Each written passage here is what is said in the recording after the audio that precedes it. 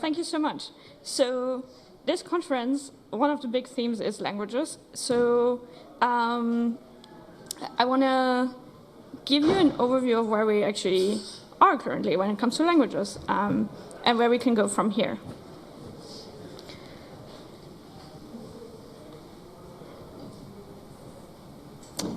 Wikidata is all about giving more people more access to more knowledge.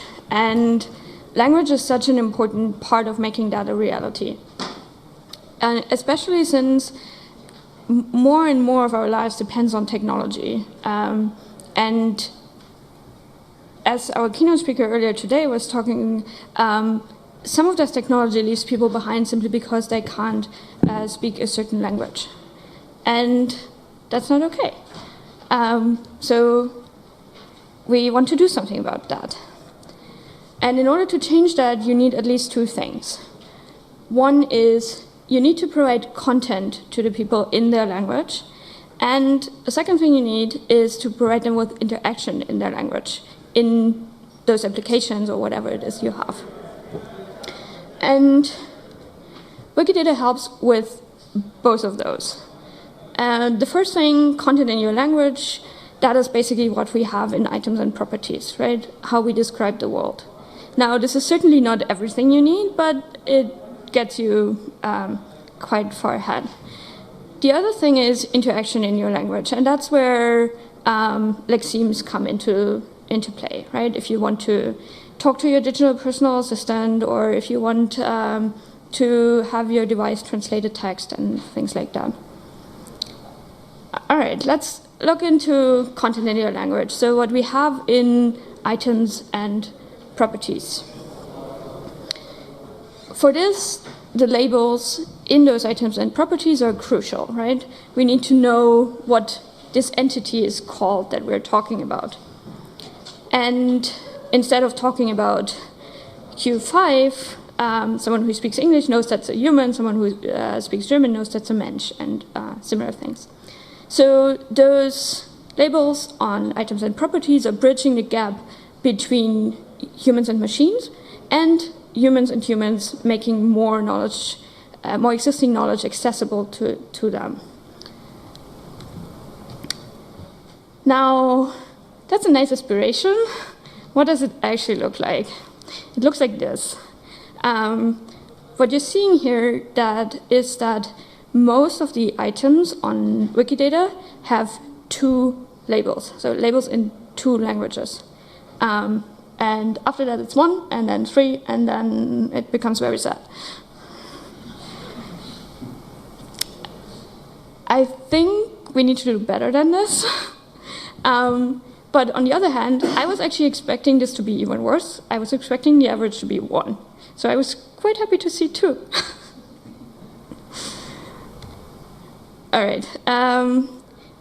But it's not just interesting to know how many labels our items and properties have. It's also interesting to see in which languages. Here you see a graph of the languages that we have labels for on items.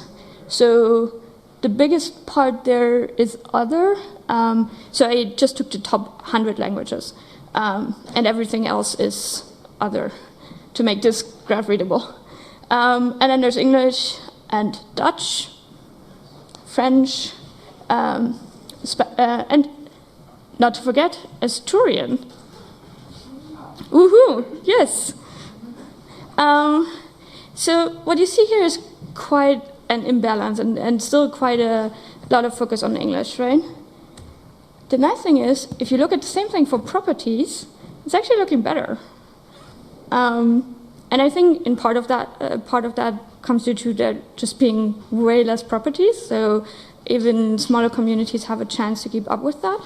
But it's also a pretty important part of Wikidata to localize into your language. So that's good. And what I want to highlight here with Asturian is that a small community can really make a huge difference with some dedication and work, and that's really cool. Small quiz for you. if you take all the properties on Wikidata that are not external identifiers, which one has the most labels, like in most languages? I hear some agreement on instance of. You would be wrong. It's image. So yeah, that tells you if you speak one of the languages where instance of doesn't yet have a label, you might want to add it. Yeah, so it has 148 labels currently. But that's just as an aside. This graph tells us something about how much content we are making available in a certain language and how much of that content is actually used. So what you're seeing is basically a curve, right? With most content having English labels, being available in English, and being used a lot. And then it kind of goes down. But again, what you can see are outliers who have a lot more content than you would necessarily expect. And that is really, really good. The problem still is it's not used a lot, right? Asturian and Dutch should be higher. And I think helping those communities increase the use of the data they collected is a really useful thing to do.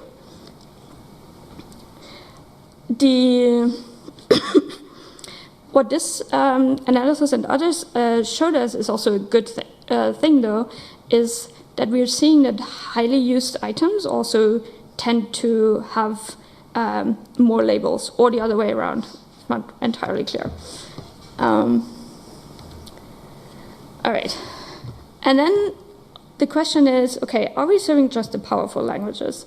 Or are we serving everyone? And what you see here is a grouping of languages. The languages that are grouped together tend to have labels together. And you see the clustering. Now, here's a similar clustering, colored based on how alive, how used, how endangered the language is.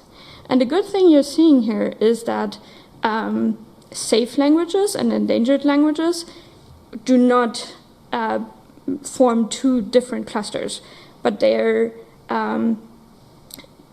all mixed together, which is much better than it would be the other way around, right? Where the safe languages, the powerful languages, are just helping each other out. No, that's not the case. And it's a really good thing when I saw this. I thought this was very good. Here's a similar thing where we looked at the languages status and how many labels that has. What you're seeing is a clear win for safe languages, as I expected. But what you're also seeing is that the languages in category 2 and 3 and maybe even 4 are not that bad, actually, in terms of their representation in Wikidata, and that is a really good thing to find. Now, if you look at the same thing for how much of that content of those labels is actually used on Wikipedia, for example, then you see a similar picture emerging again. And that tells us that those communities are actually making good use of their time by filling in labels for highly used items, for example. There are outliers where I think we can help to help those communities find the places where their work would be most valuable. But overall, I'm happy with this picture. Now, that was the items and properties part of Wikidata. Now let's look at interaction in your languages. So the lexeme parts of Wikidata, where we describe words and their forms and their meanings. We've been doing this now since May last year. And content has been growing. You can see here in blue the lexemes, and then in red the forms on those lexemes, and in yellow the senses on those lexemes. So some communities, we will get to that later, have spent a lot of time creating forms and senses for their lexemes, which is really useful because that builds the core of the data set that you need. Now, we looked at all the languages that have lexemes in Wikidata. So words we have, those are right now 310 languages. Now, what do you think is the top language when it comes to the number of lexemes currently in Wikidata? Russian. Something with international morphology, some Slavic language, right? Huh? German. So I've heard it before. It's Russian. Russian is quite ahead. And just to give you some perspective, there's different opinions, but I've read, for example, that 1,000 to 3,000 words gets you to conversational level, roughly, in another language, and 4,000 to 10,000 words to an advanced level. So we still have a bit to catch up there.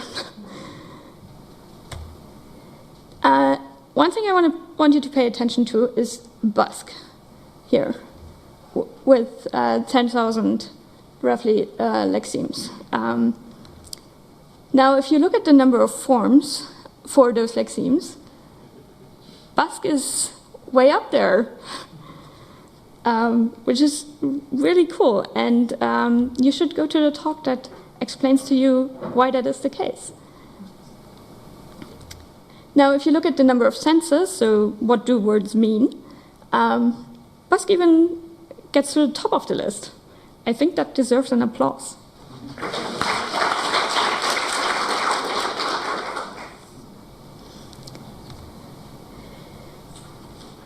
Another short quiz. What's the lexeme with the most translations currently? Cats. Douglas. Goat. All good guesses, but no.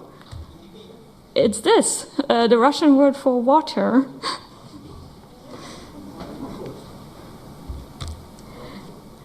All right, so now we talked a lot about how many lexemes, forms, and senses we have, but that's just one thing you need. The other thing you need is actually describing those lexemes, forms, and senses in a machine-readable way. And for that, you have statements, like on items. And one of the properties you use is usage example. So whoever is using that data can understand how to use that word in context. So that could be a quote, for example. And here, Polish rocks. Good job, Polish speakers. Another property that's really useful is IPA. So how do you pronounce this word? Russian. Apparently needs lots of IPA statements. But again, Polish, second. And last but not least, we have pronunciation audio. So that is links to files on Commons where someone speaks the word. So you can hear a native speaker pronounce the word in case you can't read IPA, for example. And there's a really nice, actually Wikibase-powered project called Lingua Libre, where you can go and help record words in your language that then can be added to lexemes on Wikidata, so other people can understand how to pronounce your words. if you search for lingua libre, and I'm sure someone can post it in the Telegram channel, those guys rock. They did really cool stuff with Wikibase. All right. Then the question is, where do we go from here? Based on the numbers I've just shown you, we've come a long way towards giving more people more access to more knowledge when looking at languages on Wikidata. But there's also still a lot of work ahead of us. And some of the things you can do to help, for example, is run label-a-thons, like get people together to label items in Wikidata, or do an editathon around lexemes in your language to get the most used words in your language into Wikidata. Or you can use a tool like Terminator that helps you find the most important items in your language that are still missing a label. Most important being measured by how often it is used in other Wikidata items as links in statements. And of course, for the lexeme part, now that we've got a basic coverage of those lexemes, it's also about building them out, right? Adding more statements to them so that they actually can build the base for meaningful applications to build on top of that. Because we're getting closer to that critical mass, but we're still away from that you can build serious applications on top of it. And I hope all of you will join us in doing that. And that already brings me to a little help from our friends. And Bruno, do you want to come over and talk to us about lexical masks? Thank you, Lydia. Thank you for giving me this short period of time to present you this work that we are doing at Google with Denny, that most of you probably have heard of or know. Because at Google, so I'm a linguist, so I'm very happy to be here amongst other language enthusiasts.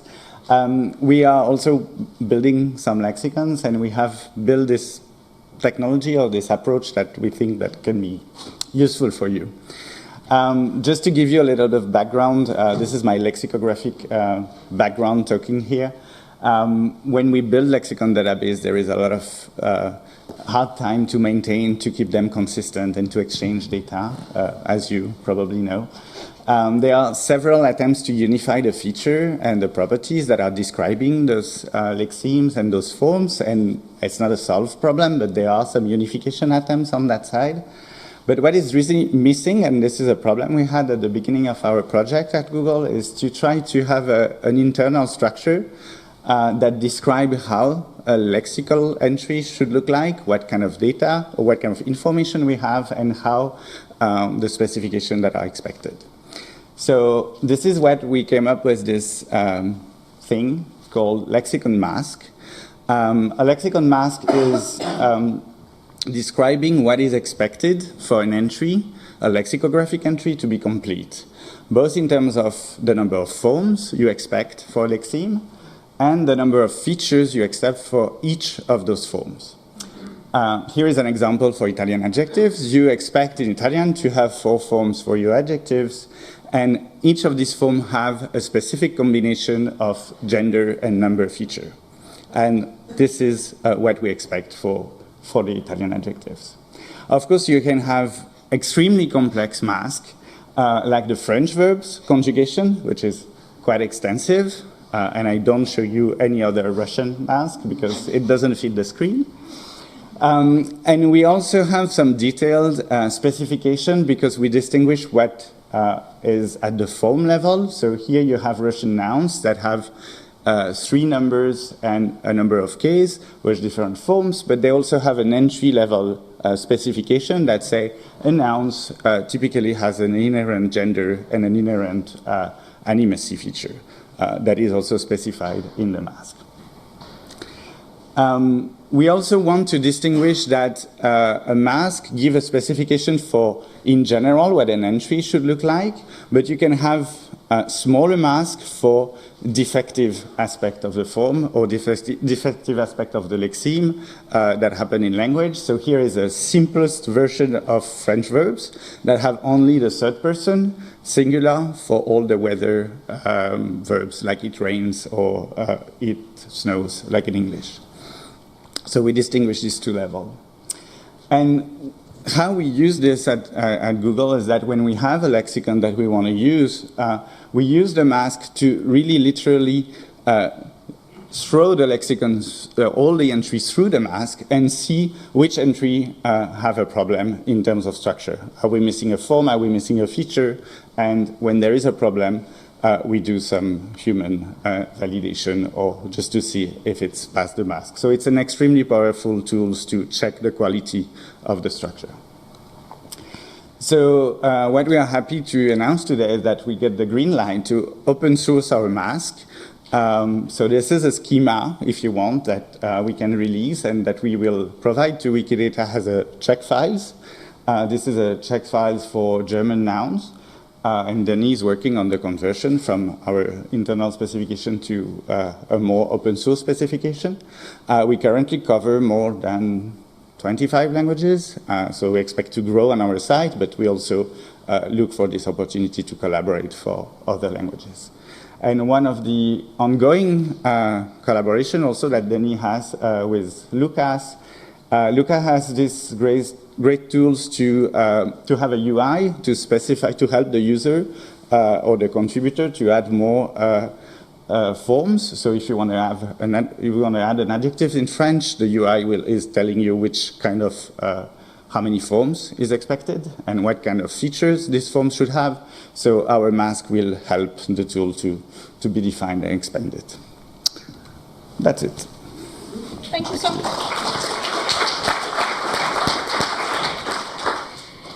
All right. Are there questions? Do you want to talk more about lexemes? Yes.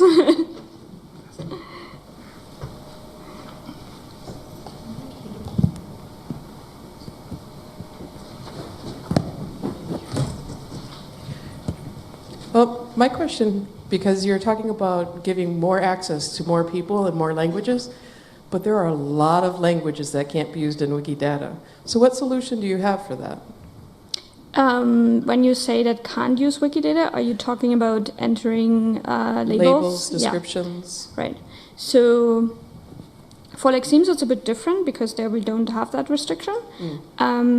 For labels on items and properties, there is some restriction because we wanted to make sure that it's not completely anyone does anything and it becomes unmanageable. If there's a even small community who wants one language and wants to work on that, come talk to us. We will make it happen. I mean, we did this at the Prague Hackathon in May, and it took us until almost August in order to be able to use our language. Yeah. So it's very slow. Yeah, it is unfortunately very slow. We're currently working with the language committee on solving some fundamental, like getting agreement on what kind of languages are actually allowed, and that has taken too long, which is the reason why your requests probably took longer than they should have. Thanks. Thank you. Lydia, if you remember the statistics that you show on the number of lexemes per language. Yeah. So did you count all the forms as a data point or only lexemes? Do you mean this or which one Yes, do you mean? yes, exactly. If you remember, do these numbers encompass all the forms for all the lexemes, or just how many lexemes? No, this is just the number of lexemes. Just the number of lexemes, okay. Yeah. So then it is a just statistic, because if it would encompass the forms, that's why I'm asking, then all the languages with the inflected morphology, like Russian, Serbian, Slovenian, etc., they have a natural advantage because they have so many. So this kind of kicks in here on this number of forms. Got this one. Yeah, thank you. So I had a quick question about when we were talking about the actual items and properties. Like, as far as I understand, there is currently no way to give an actual source to any of the labels and descriptions you're given. Right. So there's nothing that you, for example, because when you're talking about an item property, like, for example, you can get conflicting labels. Yes. Like, okay, like, so this person is like, we were talking about indigenous things before, for example. So this person is a Norwegian Norwegian artist according to this source, and a Sami artist according to this source. Or, for example, like in Estonian, we had an issue where we had to change terminology to the officially used terminology in official lexicons, but we had no way to indicate really why, like what was the source of this and why this was better than what was there before. It was just me as a random person just switching the thing to anyone who sees it. So is there a plan to make this possible in any way so that we can actually have proper sources for the language data? So it is partially possible. So for example, when you have an item for a person, you have as statements first name, last name, and so on of that person, and then you can provide the reference for that there. I'm quite hesitant to add more complexity for references on labels and descriptions, but if people really, really think this is something that isn't covered by adding the reference on the statement, then let's talk about it. But I fear it will add a lot of complexity for what I hope are few cases, but I'm willing to be convinced otherwise if people really feel very strongly about this. Yeah, I mean, if it's added, it probably shouldn't be in the default show to all the users as a beginner interface in any case. More like click here if you need to say a specific thing about this. But. Do we have a sense of how many times that would actually matter? So, I mean, in Estonian, for example, I mean, I expect this is true of other languages as well. There is, for example, there is an official name that is the actual legitimate translation, for example, into English of, say, a specific kind of municipality. That was my use case, for example, where we were using the word parish, which, yes, the original Estonian word was meant kind of like church parish, and that was the origin, but that's not the official translation Estonia gives right now. So, in this case, I would just add it as official name statements and add the reference there. Okay. More questions? Yes. I had two quick comments. You specifically called out Asturian as a language that does well, and I think that's a false artifact. Tell me about it. Well, I think it's just a bot that pasted person names, like proper names, and said, well, this is exactly like in French or Spanish, and just massively copied it. And one point of evidence is that you don't see that energy in Asturian in things that actually require translation, like property names or names of items that are not proper names. So you break my heart. I know. I like raining on parades. But I have good news as well, which is about the pronunciation numbers. As you probably know, Commons is full of pronunciation files. And, for example, Dutch has no less than 300,000 pronunciation files already on Commons that just need to, somehow be ingested. So if anyone's looking for a side project, there's tons and tons of classified, categorized pronunciation files on Commons under the category pronunciation by language. So that's just waiting to be matched to lexemes and put on Lexeme. And I was wondering if you could say something about the roadmap, something about how much investment or what can we expect from Lexeme in the coming year, because I, for one, can't wait. You can't wait? Yes. I think right now we're concentrating more on Wikibase and data quality to see how much traction this gets, and then getting more of a feeling of where the pain points are next, and then coming back to improving lexicographical data further. And one of the things I would love to hear from you is like, where exactly do you see the next steps? Where do you want to see improvements so that we can then figure out how to make that happen? Yeah. But of course, you're right. There's still so much to do also on the technical side.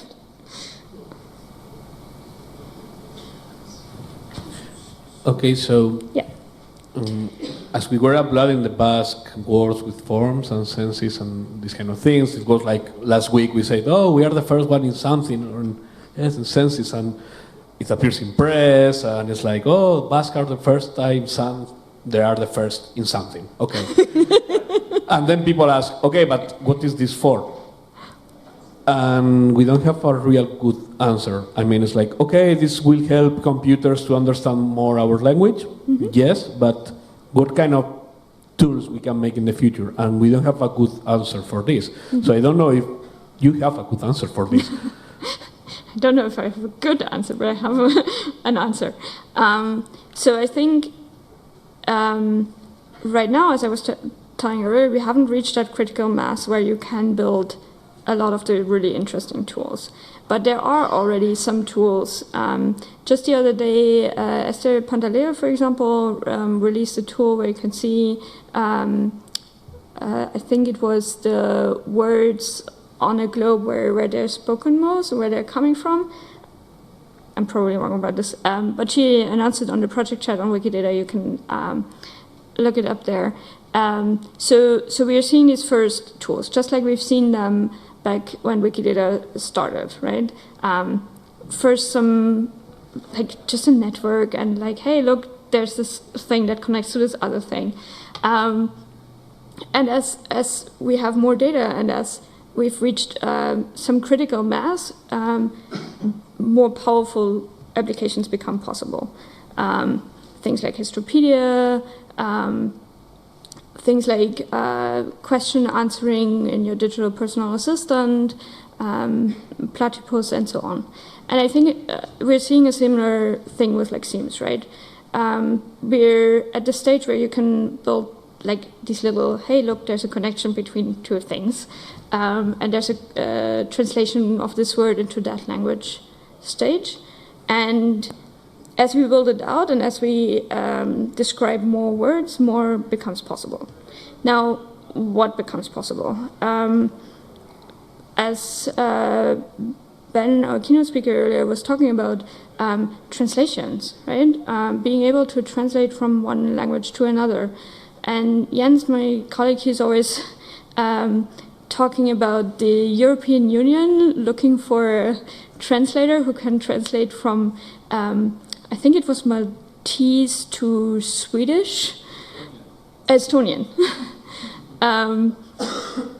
And that is not a usual combination. But once you have all these languages in one machine-readable place, you can do that. You can get a dictionary from Estonian to Maltese and back. And so covering language combinations in dictionaries that just haven't been covered before because there wasn't enough demand for it, for example, to make it financially viable and to justify the work. Now we can do that. Then text generation. Lucy was earlier talking about how she's working with Hadi on generating text to get Wikipedia articles in minority languages started, and that needs data about about words, right? You need to understand the language to do that.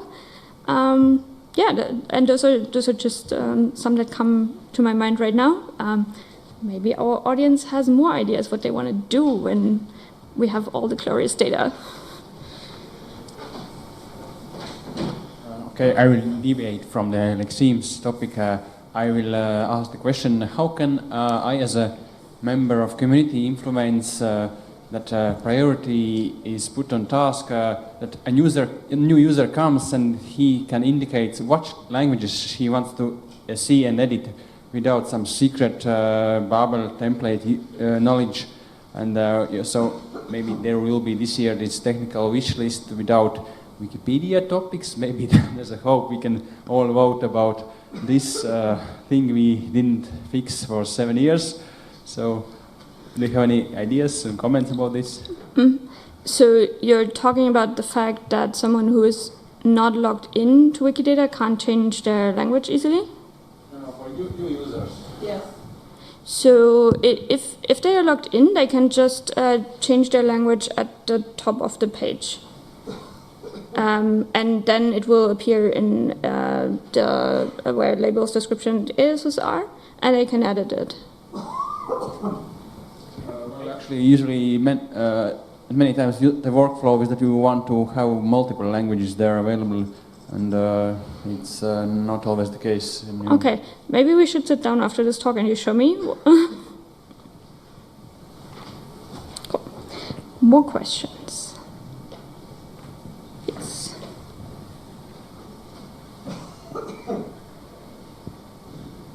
Thanks for the presentation. Can you comment on the state of the collaboration with the Wiktionary community? As far as I've seen, there were some discussions about importing some elements of their work, but there seems to be licensing issues and some disagreements and such. Right. So Wiktionary communities have spent a lot of time building Wiktionary, right? They have built amazingly complicated and complex templates to build pretty tables that automatically generate forms for you and all kinds of really impressive and kind of crazy stuff if you think about it.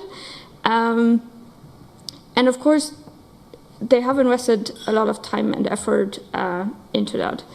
And understandably, they don't just want that to be grabbed just like that. So there's some of that coming from that. And that's fine. That's okay. And now the first Wiktionary communities are talking about changing that and importing some of their data into Wikidata. So Russian, you have seen, for example, is one of those cases. And I expect more of that to happen. But it will be a slow process, just like adoption of Wikidata's data on Wikipedia has been a rather slow process. On the other side of making it actually easier to use the data that is in Lexemes on Wiktionary so that they can make use of that and share data between the language Wiktionaries, which is super hard to impossible right now, which is crazy, just like it was on Wikipedia.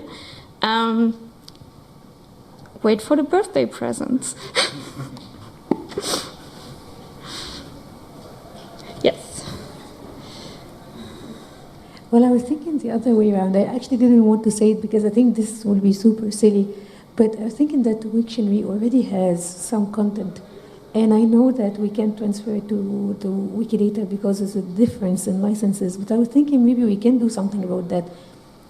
Maybe, I don't know, we can obtain the community's permission after, like, I don't know, having like a public voting and for the community, like the active members in the community, to vote and say if they would like or accept to change or to transfer the content from Wiktionary to the Wikidata Lexemes. Because I just think it is such a waste. So that's definitely a conversation. Those people who are in Wiktionary communities are very welcome to bring up there. I think it would be a bit presumptuous for us to go and force that. But yeah, I think it's definitely worth having that conversation. But I think it's also important to understand that there's a distinction between what is actually legally allowed and what we should be doing and what those people want or do not want, right? So even if it's legally allowed, if some of the Wiktionary communities do not want that, I would be careful at least.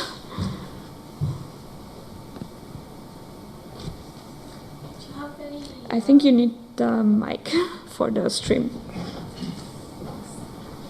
So obviously it's all very exciting, and I immediately think, how can I take that to my students, and how can I incorporate it with the courses and the work that we do in educational settings? And I don't have at the moment, first of all, enough knowledge, but I think the documentation that we do have could be maybe improved. So that's a kind of request to make cool videos that explain how it works, because if we have it, we can then use it, and we can have students on board, and we can make people understand how awesome it all is. And just think about documentation and think about education, please, because I think a lot could be done. These are like mini tasks that could be done even with, I wouldn't say primary school, but certainly even younger students.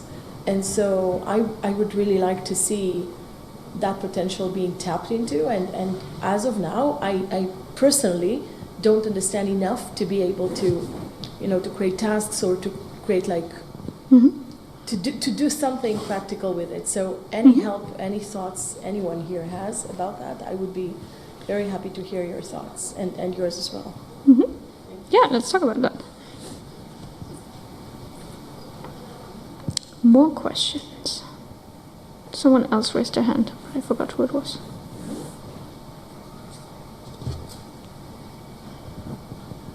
So, if we can't import from Wiktionary, is there some concerted effort to find other, say, public domain sources, maybe older data, and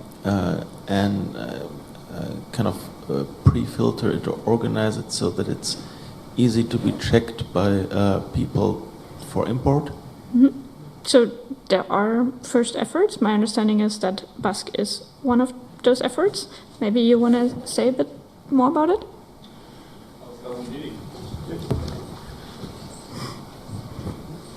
Okay, the actual answer is paying for that, but I mean, we have an agreement with a contractor we usually work with, and they do dictionaries and other lots of stuff, but they do dictionaries. So we agreed with them to make free the students' dictionary, which has the most common words, and start uploading it with an external identifier and these kind of things. But I mean, there was some discussion about leaving it on CC0 because they had the dictionary with CC BY, and they understood what the difference was. So there was some discussion. But I think that if we can provide some tools and some examples in the future, and I think that there will be other dictionaries that we can handle. And also, I think Wiktionary should start moving in that direction, but that's another great discussion. And on top of that, Leah is also in contact with people from Occitan who work on Occitan dictionaries, and they're currently working on a similar collaboration.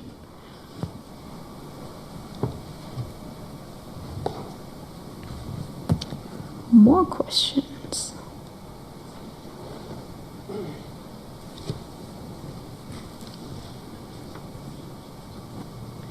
Hi, we are the people who want to import Occitan data. Perfect. And we have a small problem. It's we don't know how to represent the variety of all lexemes. We have 6 dialects, and we want to indicate for lexeme in which dialect it's used, and we don't have a proper statement to do that. So as long as the statement doesn't exist, it prevents us from it, because we will need to do it again when we will be able to express this statement. And it's complicated because it's a statement which won't be asked by many people, because it's a statement which concerns mostly minority languages. So you will have one person to ask this, but as our colleagues Basques, it can be one person who will power thousands of words. So it might not be asked a lot, but it will be very important for us. Do you already have a new property proposal up, or do you need help creating it? We asked it for 4 months ago. All right, then let's get some people to help out with this property proposal. I'm sure there are enough people in this room to make this happen. Property proposal, variété de la forme. We didn't have any answer, and we don't know how to do this because we aren't in Wikidata community. So we are. Yeah. So there are people here who can help you. Maybe someone raises their hand to take. Not for that, but I think that this is quite interesting. Not only the variant of form, also can handle it geographically with coordinates or some kind of mapping, and also having different pronunciations. And I think that this is something that happens in lots of languages, and we should start making it happen somehow. And I'm going to search for the property. Cool. So you will get backing for your property proposal. Thank you. All right, more questions. Finn. Finn is one of those people who builds stuff on top of lexicographical data. So, it's just a small question, and that's about spelling variations. It seems to be difficult to put them in. You could, of course, have multiple forms for the same word, but I don't know. It seems to be otherwise. If you don't do it that way, it seems to be difficult to specify it. Or I don't know whether this is just a minor technical issue, or whether. Let's look at it together. I would love to see an example. Asaf.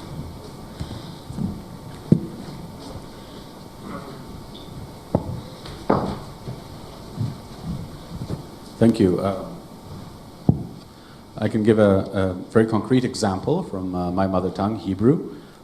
Hebrew has two main variants for expressing almost every word, because the traditional spelling leaves out many of the vowels, and therefore in modern editions of the Bible and of poetry, diacritics are used. However, those diacritics are never used for modern prose or newspaper writing or street signs. So the average daily casual use puts in extra vowels and doesn't use the diacritics, because they're of course more cumbersome and have all kinds of rules and nobody knows the rules. So there are basically two variants. There's the everyday casual prose variant, and there's the Bible or poetry, which always come in this traditional diacriticized text. To be useful, Lexeme would have to recognize both varieties of every single word and every single form of every single word. So that's a very comprehensive use case for official stable variants. It's not dialects, it's not regions. It's basically two coexisting morphological systems. And I too don't know exactly how to express that in Lexeme today, which is one thing that's keeping me, in partial answer to Magnus's question, from uploading the parts that are ready from the biggest Hebrew dictionary, which is public domain and which I have been digitizing for several years now. A good portion of it is ready, but I'm not putting it on Lexeme right now because I don't know exactly how to solve this problem yet.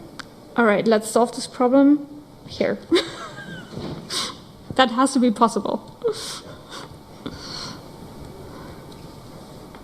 All right, more questions.